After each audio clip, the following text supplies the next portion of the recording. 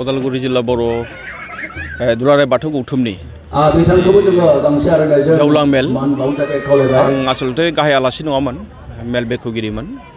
मानिजाथाव बिटिआरनि बिथाङा मेलखौ बेखेवनानै होबाय आरो आङो बिथांनि जि मासि बेखौ लाबाय बेवहाय लानानै खोब मोजां नांदों जे बाथौ सिबियारि रायजो राजा बिथांमोननि जे गाव गावनि धोरोमनि फारसे जे सांग्रांथि आरो बे धोरोमखौ लाखिनायनि गेजेरजों हारिनि जि राव थुनलाइ आरो हारिमु बेखौ लाखिनायनि जि मोनसे बिबान बिथांमोना खामानि मावदों बेखौ नुनानै थारैनो गोजोननाय मोनदों आरो बर' थुनलाइ आफादनि गायनायथारि महरै आं गासैबो बाथौ सिबियारि बिथांमोननो आंनि गोसो गोरबोनि गाहाम हामलायनायखौ बावहरदों बे समावहाय गिबिनि आगोलनि बाथौ होननानै बुंबाथ' आरो दानि बाथौ आं दहायनो बुंदों जे गोदोनि बाथौ आरो दानि बाथौ सोरगोजों आरो हाजों फाराग गोदोनि दिनाव बिदि फोसाबनाय बिदि बाथौ गैयामोन जायनि थाखाय जोंनि बर' फिसाफ्रानो बै समाव गावनि असे धोरोमखौ नागारनानै गावनि सिनायथिखौ नागारबावदों बै समावहाय आरो बियो जोंनि थाखाय जोबोद दुखु गोनां मोनसे चेप्टार बियो आसलथे दा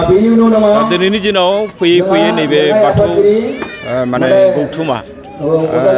माने हारिनि गेजेरावनो मोनसे सांग्रांथि लाबोबाय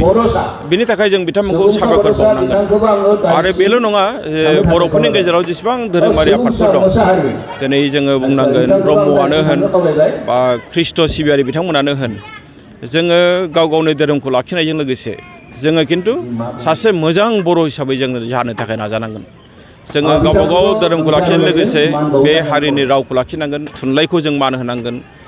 जोंनि बिजोंखौ जों मान होनांगोन अब्लासो खिन्थु जों हारिखौ धोरोमखौबो लाखिनो हागोन आरो हारिखौबो जोङो मोनसे मा होनना बुङो मोनसे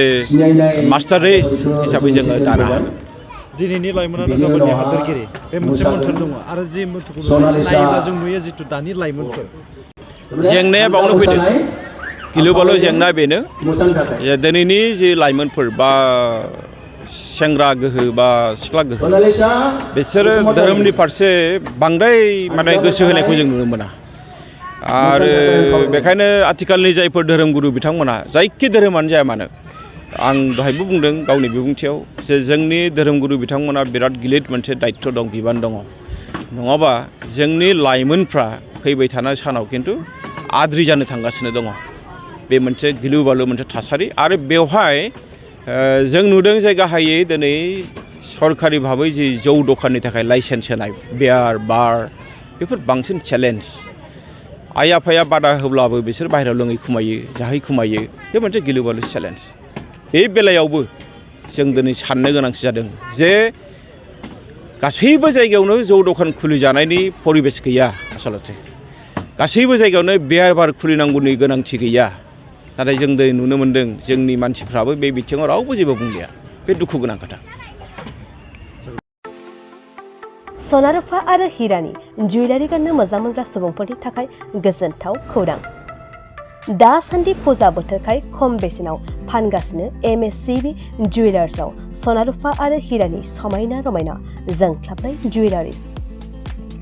MSCB जुवेलार्सआव मोननो हागोन राजकोट जुवेलारि कास्टिं जुवेलारि कलकाता जुवेलारि मेसिनजों बानायनाय जुवेलारि आरो आखाइजों बानायनाय जुवेलारि लोगोसेनो हाबा हुखायाव गाननो थाखाय सना आरो हिरानि समायना जुवेलारिसफोरखौबो मोननो हागोन MSCB जुवेलार्सआनो दं क'क्राझार सहरजों नांजाबनाय क'क्राझार रेल गेटनि साखाथि वार्ड नं 5 बिबेकानन्द फर्टआव MSCB जुवेलार्सजों थोंजोङै जगाजग खालामनोबो हागोन 9954273079 जानबुं अनजिमायाव